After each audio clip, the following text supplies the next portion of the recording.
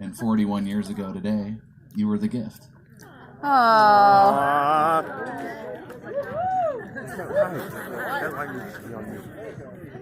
Hello, everybody. Hey. Yeah, Ben! This is called Jump. Okay, we're going to jump. Are you ready? We're on a cliff looking in an abyss. I'm scared. I can see the terror in her eyes. I'm scared too. I'll do it if you will. I wasn't sure that I would. We'll do it together. Hold my hand. Let me back up a little. I've always walked through the world with one foot here, in quote, reality, and the other foot in mystery, in the world of the spirit. I knew a connection to life that I just assumed everyone felt. But slowly, as I grew up, I learned that wasn't the case. It's hard to explain. I've just always known that there was more to this experience than what I got through my senses, and I never questioned it. So, I was born with a birth defect. Just saying those words now makes me feel shame, but I don't know what else to call it. It wasn't there when I was very young, but by age 7, my ribs started to grow funny, which created a depression in my chest. A sunken chest. Like a pirate. Yeah! Get it? Kids can be hilarious. I didn't get it. I certainly didn't feel like a pirate. That would have been a cool way to play it, though. But I was not cool. I desperately wanted to be cool. Nope. Looked like God himself had given me a really hard punch, knocking the wind out of me forever. It gave the impression that I was recoiling from the world. I was a pretty smart kid, always tested off the charts and was very articulate from a young age. And because of this, my parents coddled me. They let me get away with all kinds of bullshit. I never did homework assignments, but because I passed all the tests, I was never punished for my laziness. It's not their fault, but to this day, I love naps. And if the choice is to take care of something that needs to be handled and taking a nap wins every time. I wasn't clever enough to fool them, but I think they got a kick out of my creative excuses. I could sense this and used every opportunity to take advantage. Gus the Ghost practiced violin for you, you say. They were proud to have such a bright child. I knew all kinds of facts and things about facts and facts about things, and was going to be a scientist when I grew up. By the way, also not cool. I didn't win anyone over when I was 6, pointing out that daddy longlegs weren't actually spiders, but were members of the tick family. It did earn me another nickname, though. No, not daddy longlegs or scientist. Those might be cool. Probably dickweed or dillbag.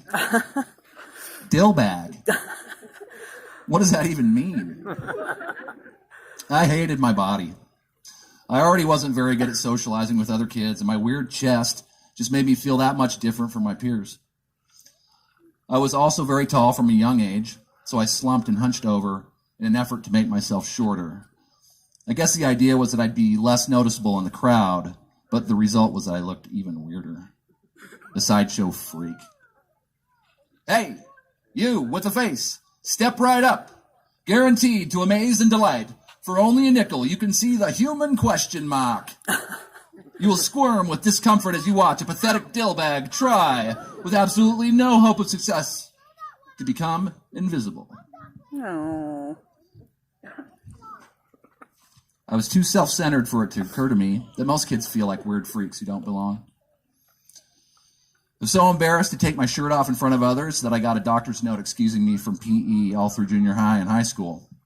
This just served to increase my sense of isolation.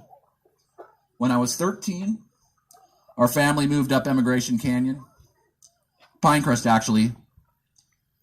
9 miles of twisting, winding road, past where the blacktop ran out, 8,300 feet above sea level. Living out my dad's dream of having a cabin in the woods. My dad's dream. My mom hated it. Me and my 2 brothers hated it. At least at first. I'd grown up in the suburbs and moving somewhere out in the woods and the mountains with no TV reception was a major culture shock. There were no kids my age, just a bunch of crunchy, burnout hippie artists who were desperately clinging to a bygone era of free love and psychedelic drugs and questioning authority. I was very lucky I have this connection to nature, to life, to God, whatever you want to call it. But like any gift, it had to be developed. I couldn't pawn practice off on Gus the Ghost anymore. Because I had lots of time and because we were so isolated, I learned how to be alone with only the sound of a bubbling creek and 20-plus semi-feral cats. The unchecked progeny of Kissy and Fritz, the two cats we had brought with us from the suburbs. The cats would stealthily do cat things in my periphery. I would sit among the pine trees, and eventually, inevitably, my mind would grow quiet. At school, I finally found a group of people that would let me into their circle. The pot smokers. I started wearing a dirty, fleece-lined Levi jacket, the unofficial uniform of the despised Canyon Kids. I let my long, straight platinum hair grow very, very long. They accepted me, but I was pretty sure it was because my parents had the best weed, Oh, God. not because I was finally cool.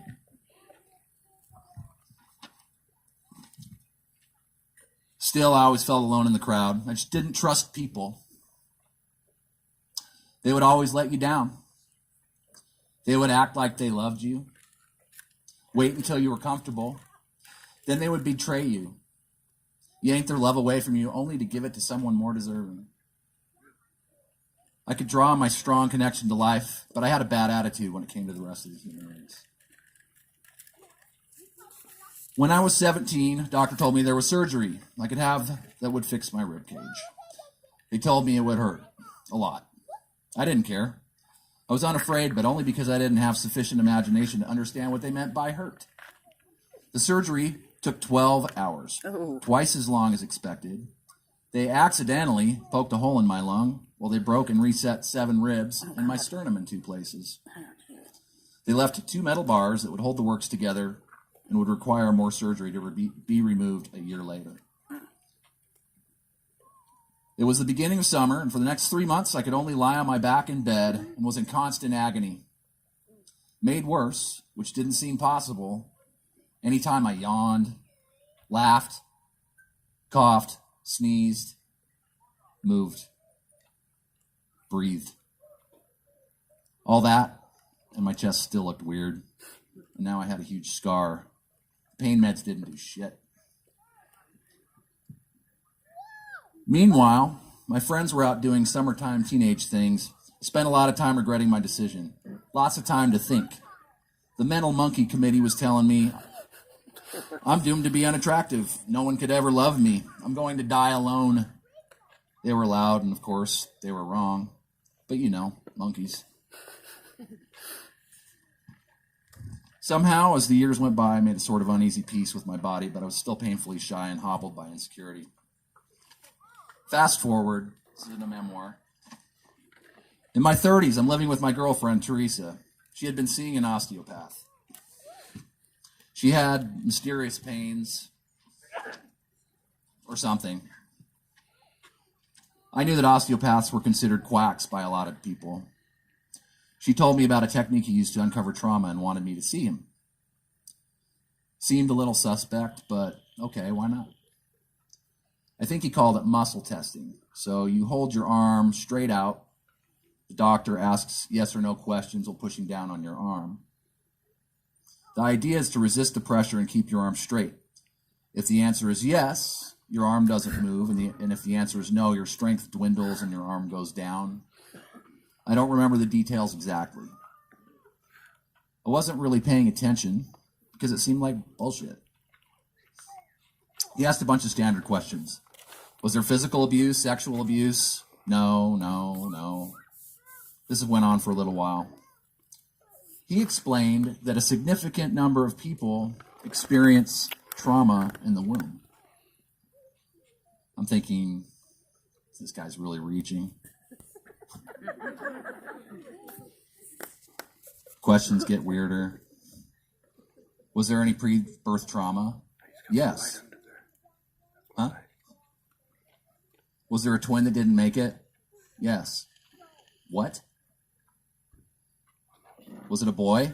No. Was it a girl? Yes. It seems so outrageous. It all happened very fast. Ridiculous. But at that moment, something broke in me. I started sobbing uncontrollably. Tears and shaking and sobbing. I had no knowledge of a twin, but my body knew the truth.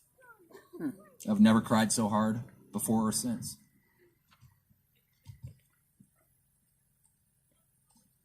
I called my mom that day and asked her about it. I think she would have known or said something to me at some point if there had been a twin. We were close like that. She said no, there wasn't one that she knew of. You color me confused. A few days go by, and then one night I had a vivid dream. My twin sister and I were standing at the edge of an abyss, holding hands, trying to get up the nerve to jump. We knew that when we jumped, we would enter bodies with all their attendant shortcomings and begin a relationship with a world that wasn't always going to be nice. It would be a great adventure, we knew, but we were both terrified of making the leap. On 3, we'll jump, okay? She nodded. We both counted. 1, 2, 3. But she didn't jump. She didn't jump. I felt our fingers slip apart. I'm falling. This is not the time to have second thoughts, but I don't want to do this anymore. I startle awake and I understand. Now I know why my ribs grew the way they did. I was recoiling from life. I now know why I have 1 foot here and 1 foot there. I know why I don't trust people. I know why I expect betrayal. I get it. I think the idea of jumping off a cliff was just a symbol that my mind used to make sense of an impersonal, undivided, divine, metaphysical apparatus that brings our consciousness into the material world. The question then, is the twin thing true? I have no idea. Maybe, maybe not. There's no way to know. But if I have a mythology that has brought me through grief to a greater connection with spirit, and which gives me peace and clarity, does it really matter? I don't think so. What I feel in my heart is that part of me is in her, and parts of her are in everything else. And that was her gift to me when she stayed behind. I'm never alone. Amen. And she'll be waiting for me when I get home. Yeah! Thank you.